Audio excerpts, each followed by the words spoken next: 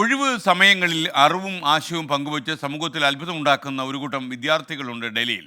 ചേരികളിലും തെരുവുകളിലും കഴിയുന്ന പാവപ്പെട്ട കുഞ്ഞുങ്ങളെയാണ് അവർ അറിവിൻ്റെ ലോകത്തേക്ക് കൈപിടിച്ച് നടത്തുന്നത്.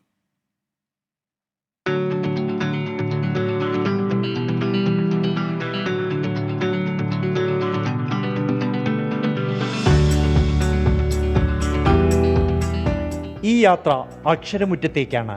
കയ്യിൽ പുസ്തകങ്ങൾ, കൂടെ കൂട്ടുകാർ.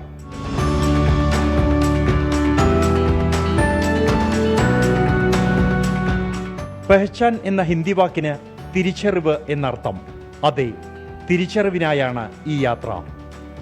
അവിടെ അവർക്ക് നിറയെ കൂട്ടുകാരുണ്ട്, പല പ്രായത്തിലും ക്ലാസുകളിലുമുള്ളവർ.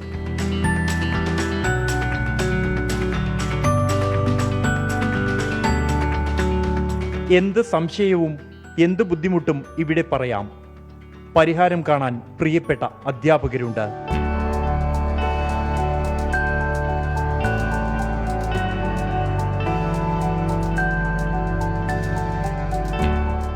It's great experience because I'm helping these kids in studying in education, and I think education is everyone's right, and it is very crucial for everyone because these all kids are not poor but they are undereducated, and because of education they can uplift themselves.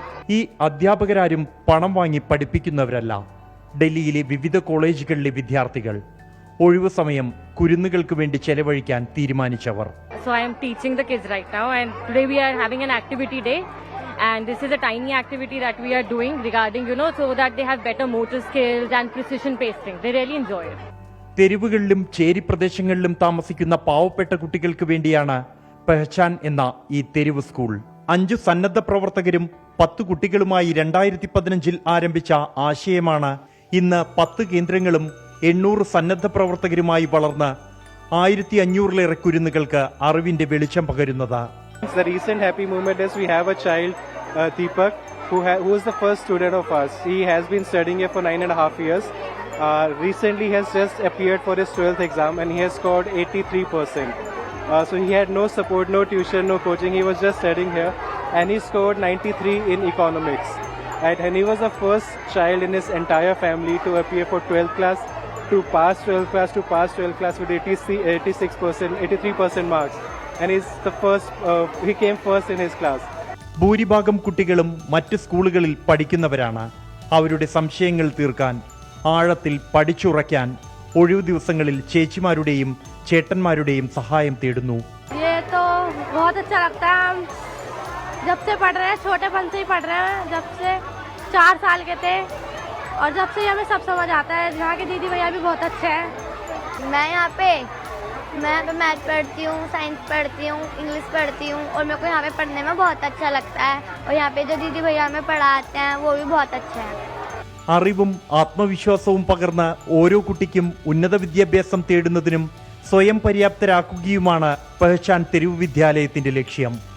വിദ്യ അങ്ങനെയാണ്, നൽകും തോറും അത് വളരും. ഇത് പ്രായോഗിക തലത്തിൽ കാണിച്ചു തരികയാണ് കുട്ടി അധ്യാപകരും അവരുടെ കുരുന്നു വിദ്യാർത്ഥികളും. ജിജീന്ദ്രനൊപ്പം ബൽറാം നെടുങ്ങാടി, 24 ഡൽഹി. എനിക്കിപ്പോൾ പെട്ടെന്നൊരു സന്തോഷമുള്ളൊരു നിമിഷം ഉണ്ടായി. പ്രിയപ്പെട്ട പ്രേക്ഷകർ, ഗോവയിൽ നമുക്കൊരു അഭിമാനമായ ഒരു ഗവർണർ ഉണ്ടല്ലോ, PS ശ്രീധരൻപിള്ള. അദ്ദേഹം ഇപ്പോൾ എന്നെ ടെലിഫോണിൽ വിളിച്ചു. ഇന്നലെ രാത്രി അദ്ദേഹം വിളിച്ചു. ഞാൻ വിളിച്ചു എന്തായിരിക്കാം കാരണം പുതിയ ഗവർണർമാരുടെ ലിസ്റ്റ് വന്നപ്പോൾ ഇദ്ദേഹത്തിന് ഇനി എന്തെങ്കിലും മാറ്റം ഉണ്ടായോ, അദ്ദേഹത്തിന് ഇനി അവിടെ നിന്ന് ഗോവയിൽ നിന്ന് മാറ്റി. ഗോവ അദ്ദേഹത്തിന് ഏറ്റവും ഇഷ്ടപ്പെട്ട സ്ഥലമാണെന്നാണ് അദ്ദേഹം എപ്പോഴും പറയുക. ഇപ്പോഴും അദ്ദേഹം അത് തന്നെയാണ് പറയുന്നത്. അദ്ദേഹം വിളിച്ചത് എൻ്റെ വലിയൊരു കേസ് കൊടുക്കാൻ അദ്ദേഹം ആലോചിക്കുന്നു എന്ന് അദ്ദേഹം ഹാസ്യരൂപേണ പറഞ്ഞു. ഞാനൊന്ന് ഞെട്ടി. ഒരു ഗവർണർക്ക് പ്രകോപനം എന്താണ് ഞാൻ ഉണ്ടാക്കിയത് എന്ന് ചോദിച്ചപ്പോഴാണ് അദ്ദേഹം പറഞ്ഞത്, ഇപ്പോൾ അദ്ദേഹത്തിന് 2 മണിക്കൂർ വീതം ഞാൻ എല്ലാ ദിവസവും രാത്രി നഷ്ടപ്പെടുത്തിക്കൊണ്ട്, മിക്കവാറും അദ്ദേഹത്തിൻ്റെ പത്നിക്കും ഉറങ്ങാറില്ല. രാത്രി 9 മണിക്ക് നമ്മൾ ഫ്ലവേഴ്സ് ഒരു കോടി വിത്ത് കോമഡി സംപ്രേഷണം ചെയ്യുന്നില്ലേ ഫ്ലവേഴ്സിൽ, അത് കണ്ട് വളരെ സന്തോഷത്തോടെ ആഹ്ലാദഭരിതനായി അദ്ദേഹത്തിന് ഉറക്കപ്പായിലേക്ക് പോകാൻ കഴിയുന്നുവെന്ന് ഗവർണർ PS ശ്രീധരൻപിള്ള പറയുന്നു. സന്തോഷം, അങ്ങയുടെ നല്ല മനസ്സിന് നന്ദി.